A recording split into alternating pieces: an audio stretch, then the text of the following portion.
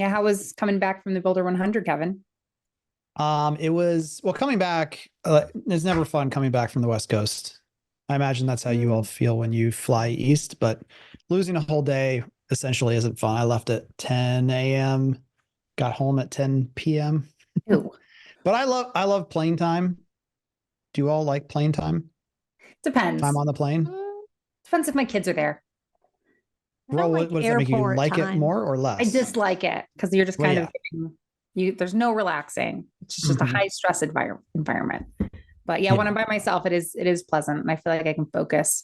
And Like I don't have to be in first class or have like as long as I have a window seat and I can just close out the world. I love it. I'm productive. I catch up on all the content that I want to read or listen to. Maybe take a nap. It's just Whatever delightful. you eat doesn't count when you're in an airport traveling That's like that. that's It's true. not real. That's true. At least until once you're 40, it starts counting still. So I did have to go down to the 1 gram of sugar Mm, gummies from the tip. But no, the, Mm. the event was great. I'll talk about it in my story time in a little more detail. But it's one of the best places to hold a conference in the world. They did such a good job of picking that venue, the Ritz Carlton. I didn't stay at the Ritz Carlton this year because to stay 5 minutes away or 10 minutes away for 3 nights was the same as one night. By the mm, time I got around to booking, so um, this year I would say the main things were AI, which mm.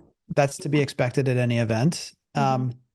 But I'll tell you this, and I this is a good, perfect clarification because it's not really what I want to talk about later necessarily. But I put on X this statement that here's one of my main takeaways leaving the event was that the gap between those who work on their craft every day and know their stuff and those who repeat and say things they don't really understand has never been wider. And Mm. I meant that from like conversations in the audience primarily, a little bit on the stage, but mostly um, just CEOs and high level leaders who would be like, they would think they heard what the person on stage was saying. Mm. But then when they were talking back to me, it was like, no, no, you didn't, you like heard 10% of it and then raced off in the direction of, so it must mean this and stopped listening at some point, clearly. Like the first person to talk about AI, her one of her main points was the reputational damage of doing this wrong Yeah. is hard to know, but it's going to be big. And she used the example of OpenAI and Google. It's like Google had been doing like they invented large language models and they invented a lot of the stuff that OpenAI ultimately used with their team. But the risk of launching to the world and it saying racist or evil things or wrong things would have been a huge reputational hit for Google. Whereas if it didn't work at OpenAI, it'd be like, well, what's the name of that company? I don't know, open something, and we just would have all moved on and they would have tried again later. So then when you talk to a CEO right after that session, they're like, well, I guess we better like go all in and just maybe even let some people go and just start turning all this stuff on. And I was like, I don't think you heard the whole session. But they say it with such confidence, and maybe that's what all CEOs do. Yeah. That that was wild. That was wild. All right, let's get started.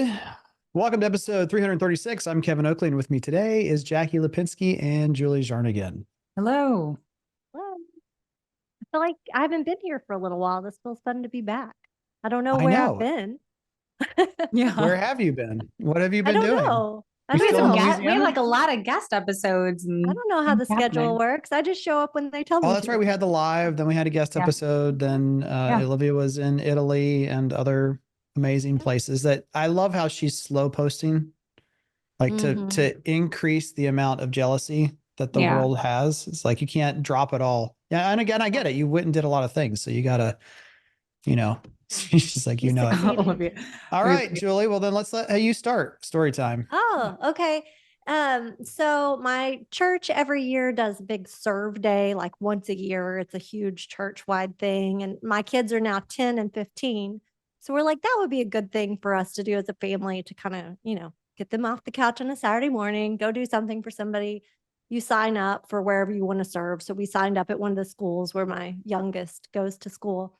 But they have you, we never done it before. They have you show up at the church before and they give everybody a red t-shirt and they have a little rally. And I think my takeaway was there's so much power in like creating that group of people and you seeing it and everybody's in their red shirts. And I was like, there's like a marketing lesson here. And now then all the content comes out of the drone shot of all the people, and then they go out. It would have been easier just to send everybody out to their location and then somebody tell them what they're going to do when they got there. But that building of excitement and feeling a part of something, and my kids were excited and wanted to go do it, and we're so proud to be there. I think sometimes when we're like so focused on one house and one customer putting it together, we miss that like crowd excitement. And there were a million examples I thought of in home building. Your pre-sale without fail is a good one. The people who would do the testimonial pages and just add every single, why don't we get a photo of every single home buyer when they close and add it on there? There's just so many like examples of way we miss the mark on that big sense of belonging community emotion. Yeah. So it's important. And the visual element, as silly as it sounds, of everyone wearing the same shirt. Yeah. One of the sayings when we take people down to Guatemala is, what your eyes affect your heart and your heart affects your head. And so just the visualness of that, I even shared, I know with all the coaches here, do you convert the image of the Coke can that has no red in it? And it's like, that's how strong your eyes are, is they're telling you that there's this color in the image that you don't see. Yeah. And it was funny. We didn't know what we were going to be doing. We just signed up for a school and we got there and they said, here's this boys' bathroom, paint it this dark blue, and just hand us like some random supplies. And it was the student council of a middle school that were also there. And so every once in a while, like 5 middle schoolers would come in, grab paintbrushes, make a huge mess that you would have to clean up. But you didn't want to dampen their little spirits. So you just let them. You clean up after them. And so when I was like, what should I do my story time on? Beth was like, you should do the kids and painting the stall bathrooms with you. And I said, can I compare them to the problem on-site salespeople? But I'm not, we love you salespeople.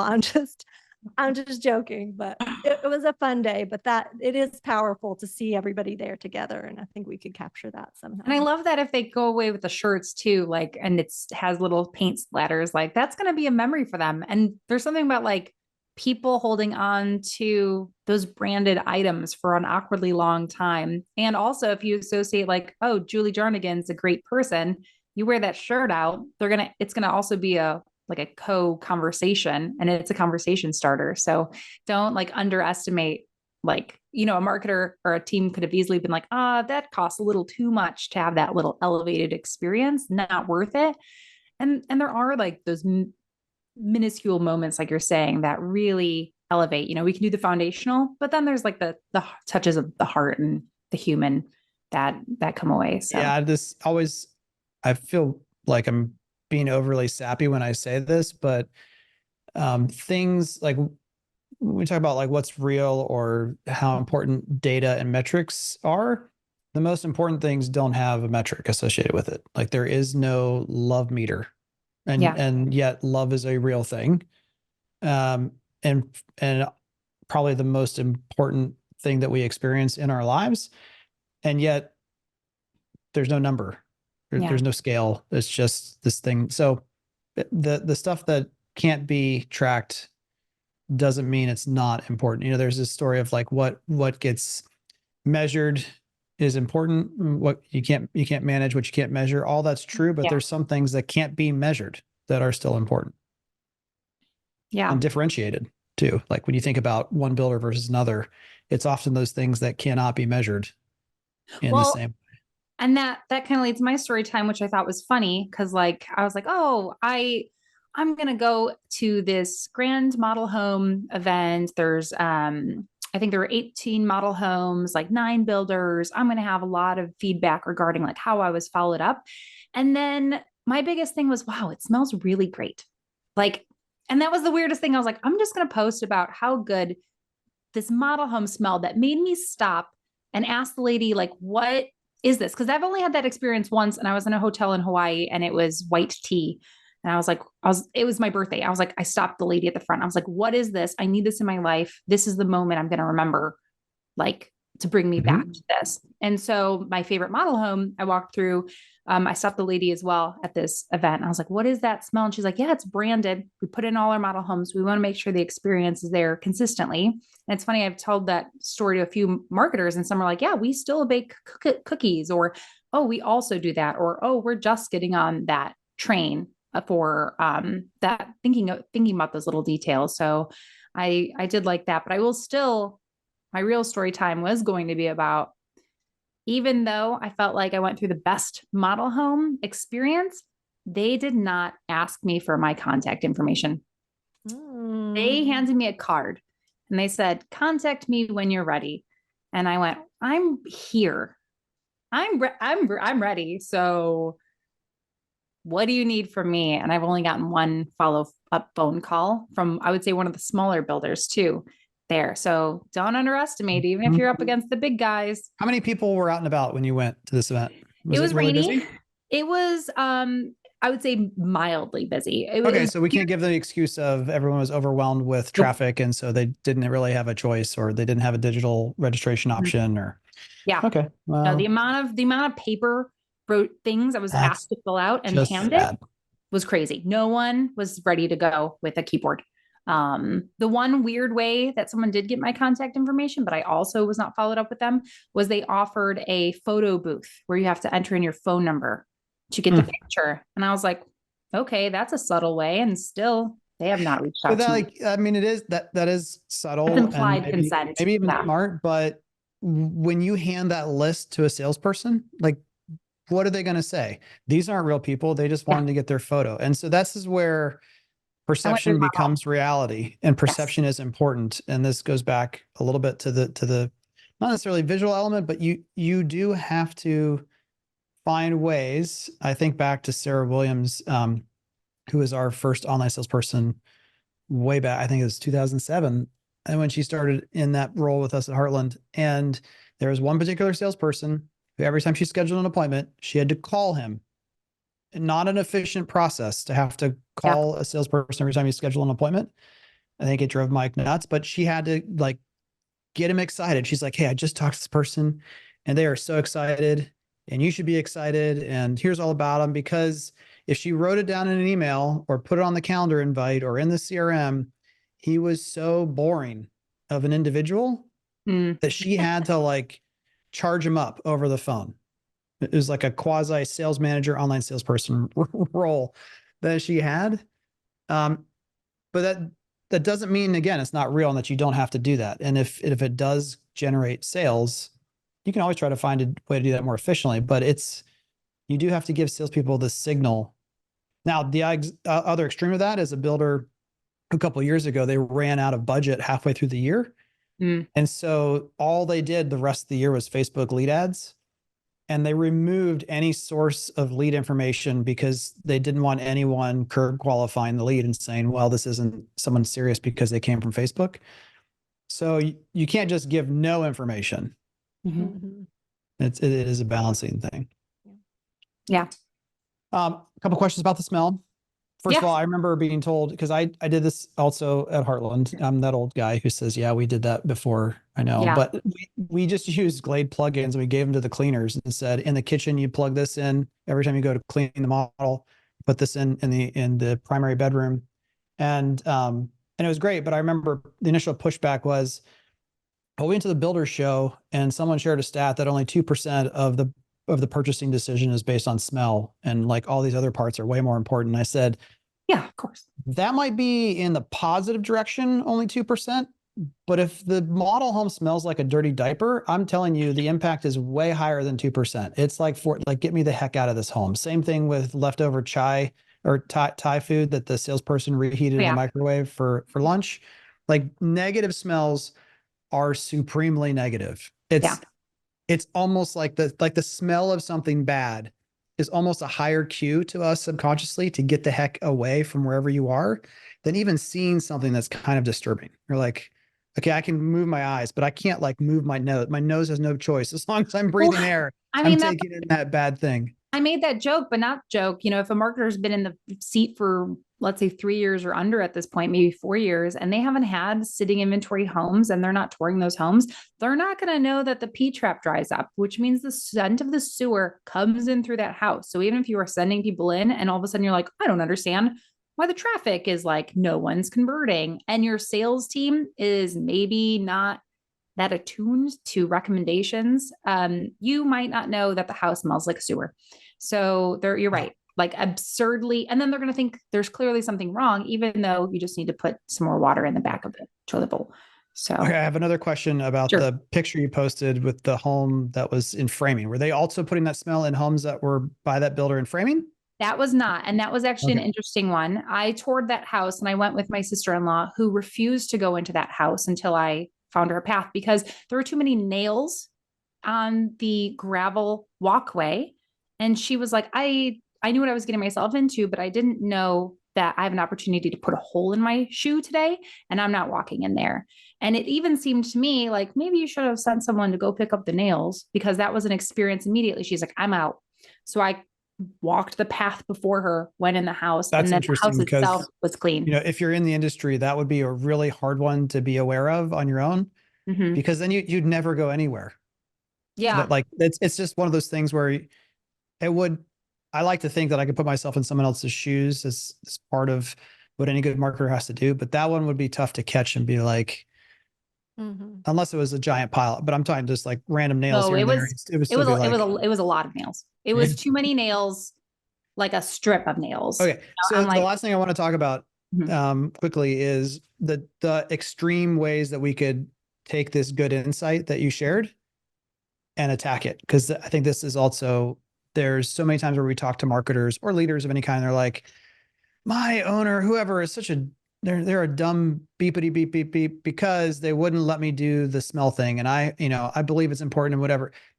Again, that's why, like, Glade plugin on one side that's easy. and like turnkey service that uses hotelsmell.com, whatever, diffusers, giant, exotic smell. There's so many different ways to do this. And so just be cognizant. I know this is like over explaining something, but you do not have to just Google like curated smells. Yeah, this doesn't need to be like a crazy strategy. It's more, okay, our houses don't stink. Got it.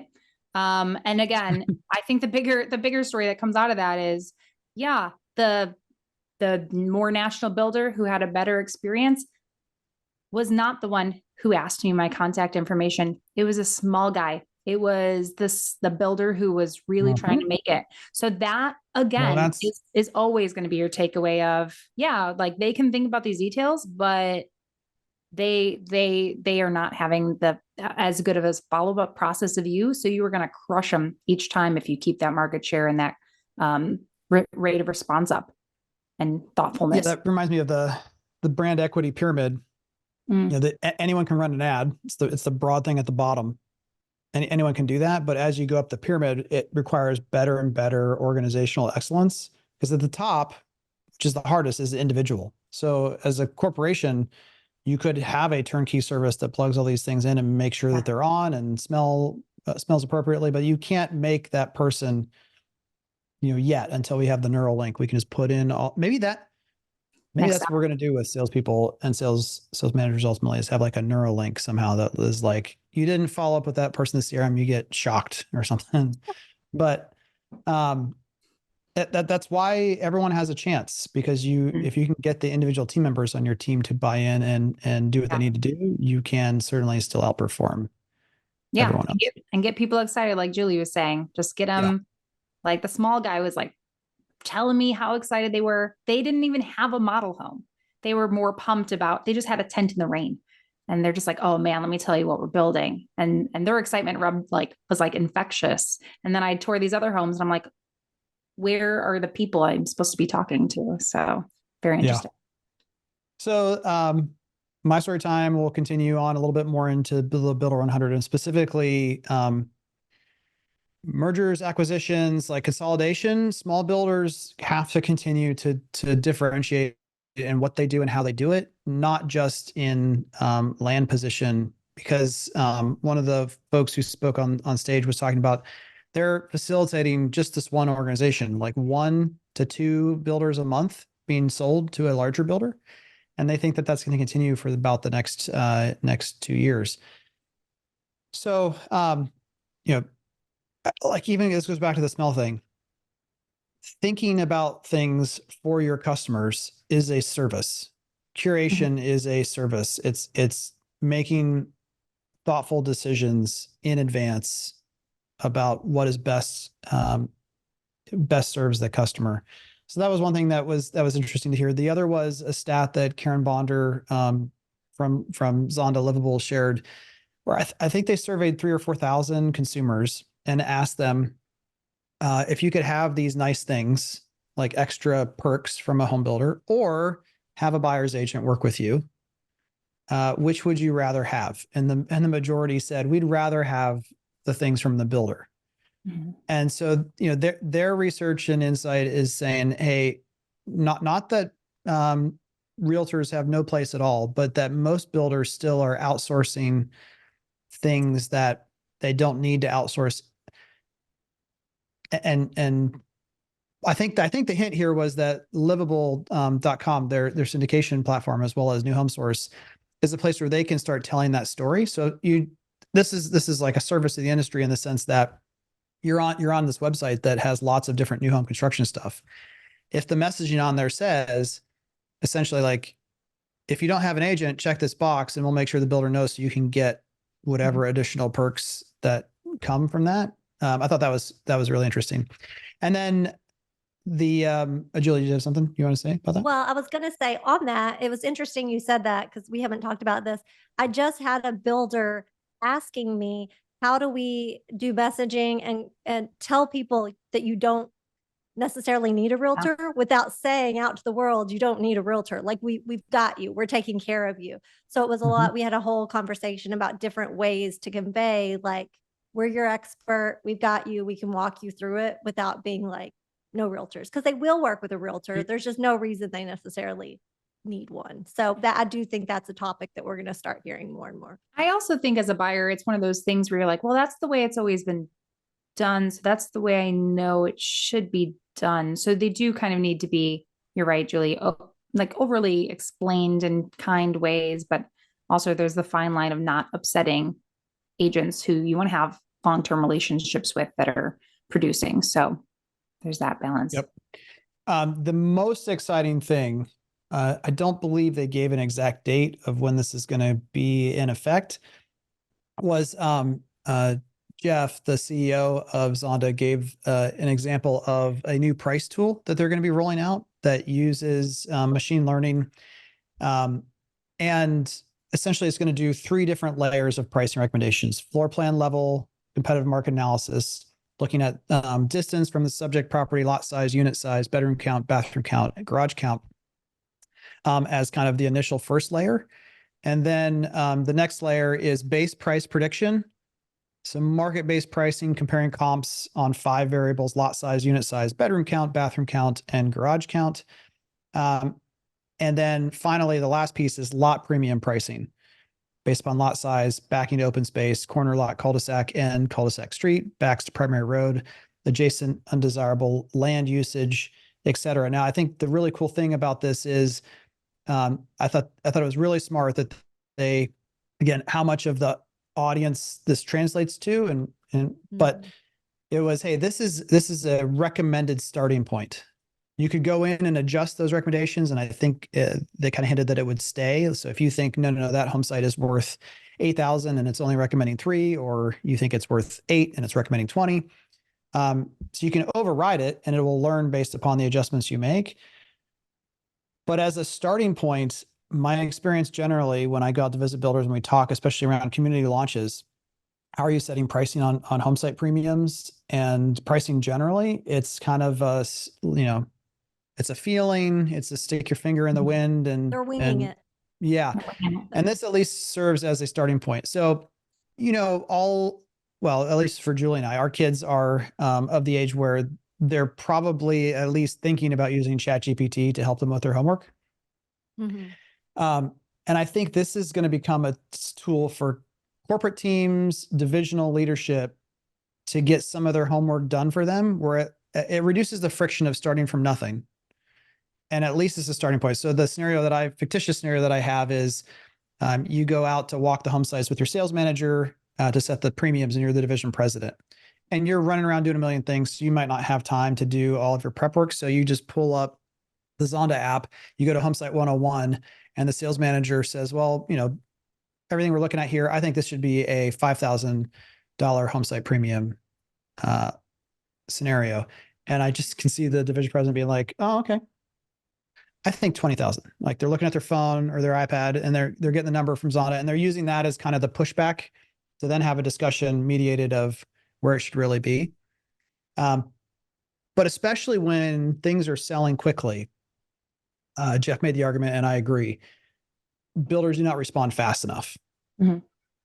They tend to respond, well, even on the downside, they don't really oftentimes respond fast enough for other reasons. But across the board price increases, we've said this for almost a decade now. That's a sign of laziness. It should never be done. So I just thought that was probably my number one, like, oh, this is cool. When's it coming out? When can builders start playing with it? Because even as a marketer, could you imagine just having another set of eyes? Well, with I all was this going to data? say, yeah, the amount of marketers who get tasked or asked to give their additional feedback too. And sometimes they're like, well, I don't have a benchmark exactly. And so Julie's right, like, oh, we might be a little winging it.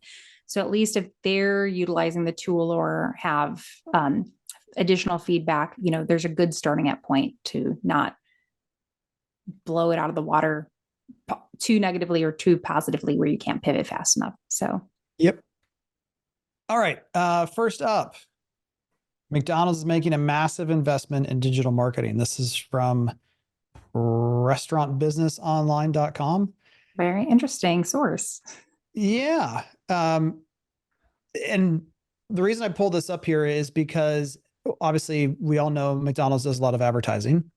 And I thought the process they went through here was really interesting, in that it says McDonald's is planning to invest hundreds of millions of dollars to upgrade its digital marketing capabilities over the coming years.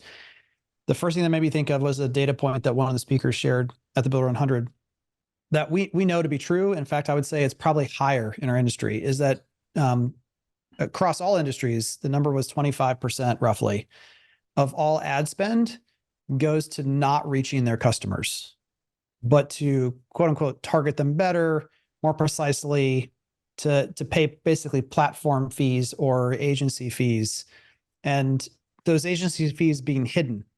And like we just talked earlier this morning about someone who's Mike and I did, we're talking with, and they're like, well, we spend $3,000 a month on Google. Like, okay, is that $3,000 of actual ads or $3,000 of like fees and everything else? And you're like, you know what?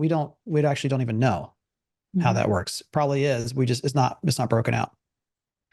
So the first thing I thought is, okay, is this going to be an article about McDonald's like overpaying to try to tell people that, to recommend one extra slice of cheese and like this prediction method? I just, big companies, I'm always like, they don't always make the best choices. But what I thought was really interesting is the way they're setting this up is that instead of pulling money away from their traditional, it's going to be based upon the sales that come through their own digital platform. So when you use the McDonald's app to order, or I don't know, I guess you maybe use the website, but whatever, if digital channel sales are going to drive digital ad spend. And that made sense to me because I think it's a good protection for them. This is just like, have fun thinking about being a marketer in an industry that's not ours is a good kind of brain game to play. It's gonna, as digital sales increase, the resources to communicate to the digital audiences and to improve those experiences. So I think it's a good way to keep themselves from getting further out of touch potentially, because it's tracked to revenue. I just thought that was an interesting approach. I also think it's interesting how much A/B testing you would be able to actually do. Because like a billboard, then did they order that burger that was on the billboard? That doesn't work.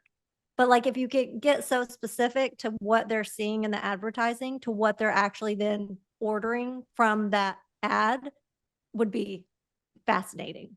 Like how much data they could gather about that would be interesting. And I have been seeing, I don't eat out a lot, but I went to Chick-fil-A like 2 times in the last 2 weeks, which is more than I went last year. And one of the drive, ways areas was, oh, if you have a mobile order, and there were less people in there, but it was also being like, you can have a faster experience if you do that. And you're right too, Julie. I think it's one of those things of, the same way Spotify figured out their strategy as if you like this, you specifically will probably like this song. So if you always order a chicken sandwich, you will probably like this new chicken sandwich. And then they can experiment earlier with those people before they even roll out, or and with that data, they can utilize it, I think, better. So, and I think it's also protecting them with the first party data changes by collecting the amount of data that they get. I mean, that's again why every loyalty program exists. It's not just to give you a discount on your next purchase. It's to be able to track all of the information. So anyway, I just thought it was interesting to see, when I thought about it, I was like, you know what? I don't see much for McDonald's outside of traditional advertising, billboards, et cetera. I know they've had an app and they've pushed that heavily, but actually they have more people who use the app than Starbucks uses their app, which I thought was also interesting to hear. I get their advertising on Reddit, because Reddit, usually I was looking at like healthy eating stuff and it kept serving me McDonald's ads. And I was like, no. My gosh. That's funny. That's pretty funny. Again, like, well, we generate all these clicks on our healthy ads. Aren't we smart? But what's the chances, Julie, that you're ever going to be confused that eating at McDonald's is healthy? No, never.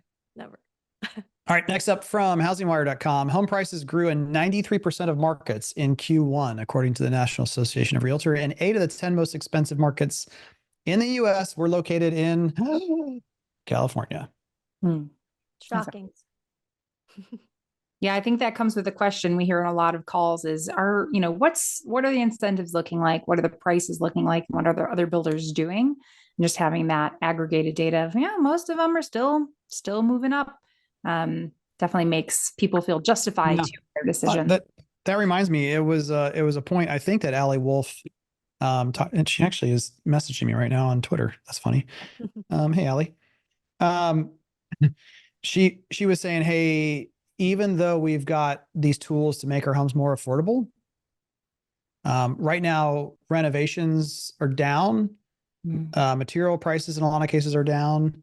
There's labor pressure and then land pressure that's going to just continue to make new homes less and less affordable. Kind of almost, you can just see it no matter what. So, kind of goes along with yesterday. Someone was asking, when is a consumer, not a builder, when are rates going to drop? And I was like, well, when are prices going to drop? You have to ask those two things together, because most likely rates go down a little bit, prices are going to go up almost in kind. I remember when the pandemic first hit, having to explain to owners and division presidents, like, you should be raising prices faster. I'm like, what do you mean? I go, because it's just keep the same monthly payment and raise the price. Like, you were selling homes at that payment before. You don't have to give it away. And it took people, 6-8 months to really get to that point. And I don't think they're gonna remember that lesson really quick. Yeah. Because the pain of cost rising down the supply chain too. So if prices aren't going to come down, then affordability is going to continue to be a problem. Next up from Zillow, 44% of adults would buy their childhood home today if they could afford it. If that's a big if. Right. We had a fun moment in our Do You Convert Slack channel where we all just started slacking our childhood homes, and most of us agreed, like, yeah, I would buy it. I think Andrew won by a landslide with his grandparents' waterfront, oceanfront property now being $4 million. He's like, yep, that's out of our price range. Yeah. But it was definitely interesting that at least children of the 1980s and 1990s are the most likely to say that they would buy their childhood home today, 62% and 55% respectively. I have all the houses I've ever lived in saved on Zillow to watch, but the only one that I would really be interested in purchasing is my childhood home. And I've said this back even when I made no money, I was like, one day I'd love to go buy that house just so that between renters, I can go back in and just like be nostalgic for a couple hours. My parents lived in the same house for 31 years. So it was like one of those things where I went to college and surprise, we're in a different house. I'm like, what? I thought this was like forever. I didn't realize that most people moved all the time. I think I made a joke where I was like, my parents still live in their first home for 36 years. So they don't want roomies. So it's not happening. Yeah. Yeah, it was a fun game to play, seeing everybody's childhood. Mine's not on there because it was in a tiny town. But there is a house for sale in my tiny town right now for $59,000. Wow. Crazy. So I would not love my hometown, but I'm not ready to move back there. Yeah, I think the connection to everybody on this is one, go look up your childhood home and just see if there are pictures on there. You can re-experience it. It surprises my family members when I would pull it up at a family event and I'd be like, look, this is, you know, they haven't really changed anything the last time they tried to sell it except for the furniture.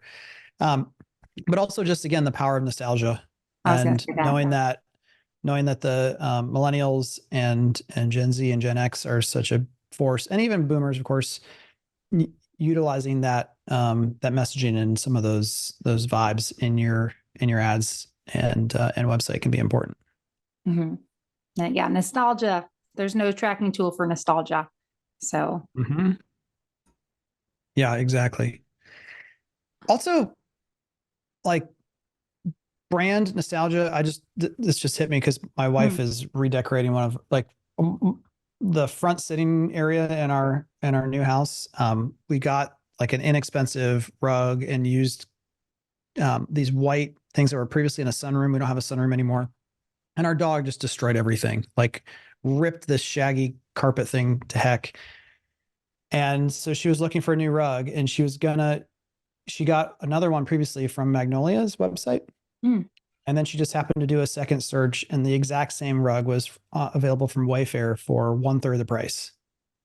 And she was shocked. And I was like, no, we shouldn't really be shocked in this because drop shipping, you know, like reselling things, Magnolia is not going out and sourcing 4,000 products specifically for themselves, but they are curating it again in a way that provides value to the consumer. And this feeling of, ooh, what's her name? Jessica, not Jessica. Oh man, it's been too long. Starts with a J, I'm pretty sure. Anyway, the Magnolia lady. You're talking about it. Yeah. Joanna Gaines. You know, I just thought that's again, like, how much is that brand worth? In this case, it's worth 2/3 more expensive price to most people. Last up from DigiDay, Google delays third-party cookie demise yet again. For those of you watching on video, I'm going to share. This is pretty funny. I mean, there's always funny comments about the cookie thing, but they're delaying the sunsetting of the cookie. They've got a great animated image of a chocolate chip cookie, which now makes me hungry because they got a little bit of salt on top, which means it's a good cookie. Anyway, what's the takeaway from this one? I think it's one of those things, as you hear from builders, and they keep wanting to when the questions are, what are we doing for first party data? Remember, the first party data is your CRM system. And that's where we want to make sure we're collecting everyone. And that's where we can reach out to people from. So it's more aligned with, if you get those questions too, just understanding that you do have a process in place. It can almost always be improved or tweaked, or additional resources created on your website to create more opportunities to people to fill out information, to become a lead, to capture that faster. But that is just another tool to understand. Was there anything for you, Julie?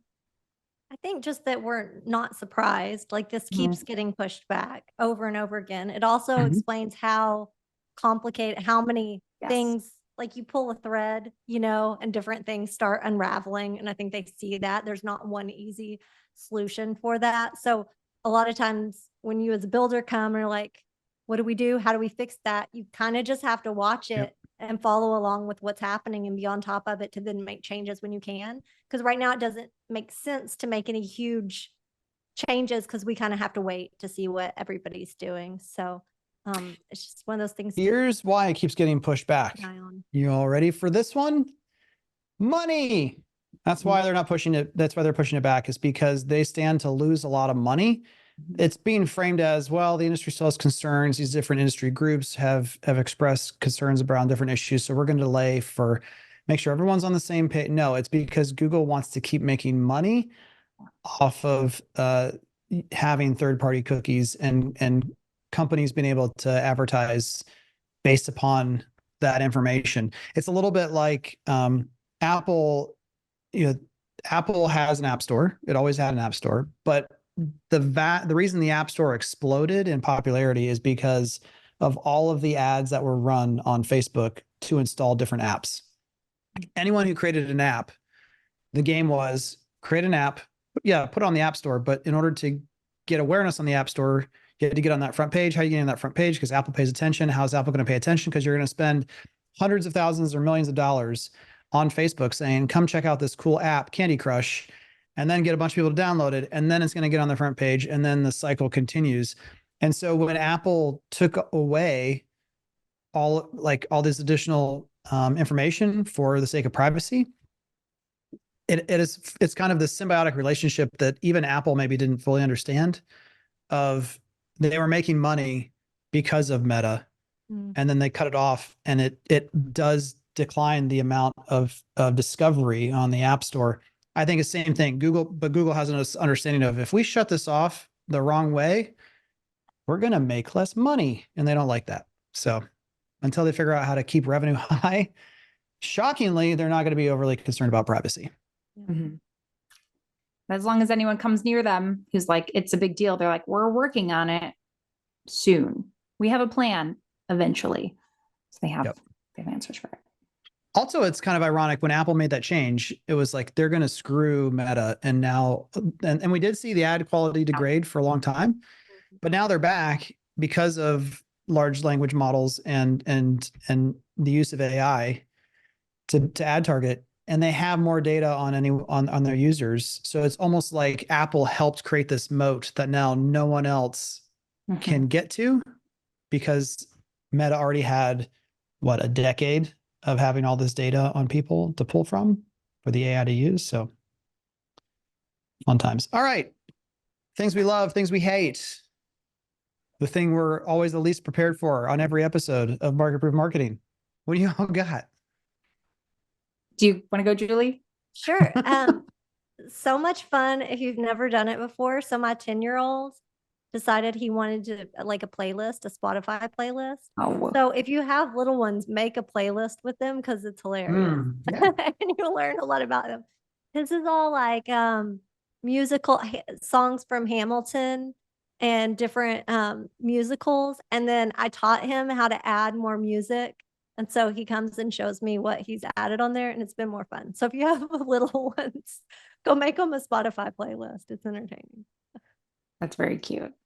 Mine, I feel like I only have like work stuff. Mine was, I had a builder, I posted already about it, but asked me a question about email marketing. And I was like, let me go see what's out there for a good resource for you.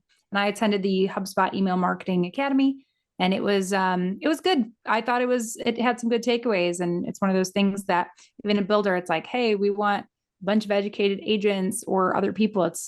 And we talked about, I think on the live episode, is like, maybe create your own academy to level people up so you can have those higher level conversations. And so instead of me having to overly explain a lot of things, sometimes I can be like, hey, empower yourself. Here's this, and good luck. That's free. And it's free. Yeah. Now it's not free because they want to Inception style in your brain and say, oh, the last one was like, well, this course is optional, but let's talk about HubSpot. I was like, nope. Yeah. So, yeah. That was the one I opted out. Yeah. How about you, Kev? My favorite thing is, I mean, who doesn't love gifts? But I got the most like unique gift I've ever had. Like this giant box shows up, and I still don't know. Please, everyone, do send me gifts. I like that, but include something that explains what's going on here, because check this out. I have a 3-part Darth Vader head thing. It's got like this thing you snap on your neck, and then it makes breathing noises. It's like this whole, it's got a stand. So I don't know if I offended somebody and they think I'm like a dark lord of the Sith when it comes to marketing. I don't know if this means like I don't know what it means. The I next mean, one- You the posted a ticket to Disney. picture. When you Yeah. posted a picture, I thought it was like a little miniature. no, Like, no, it's a this full thing, size. I guess, You have a next Halloween costume for like 20 years. no, yeah, I mean, I guess at this year's summit, I'm gonna like Yeah, come out on it's stage way bigger as than it Darth looked Vader, on but Instagram. for the love of If we everyone, don't begin choking put a people, name I think on we're things, all- write a note, let me know what's going on. Cause I mean, it said my name. None of my kids ordered anything. It's not their birthdays. So I don't know what to do with this, but I love it. I do like Star Wars. I mean, I don't know, maybe someone thinks I need a new backdrop thing. Mm. Yeah, look pretty cool. I don't know. That's a cool gift. Did we all go? Yeah, we all went. Yeah, we're all good. Okay. Well, then that'll do it for this week. We'll see you next time, everybody. See ya. Bye.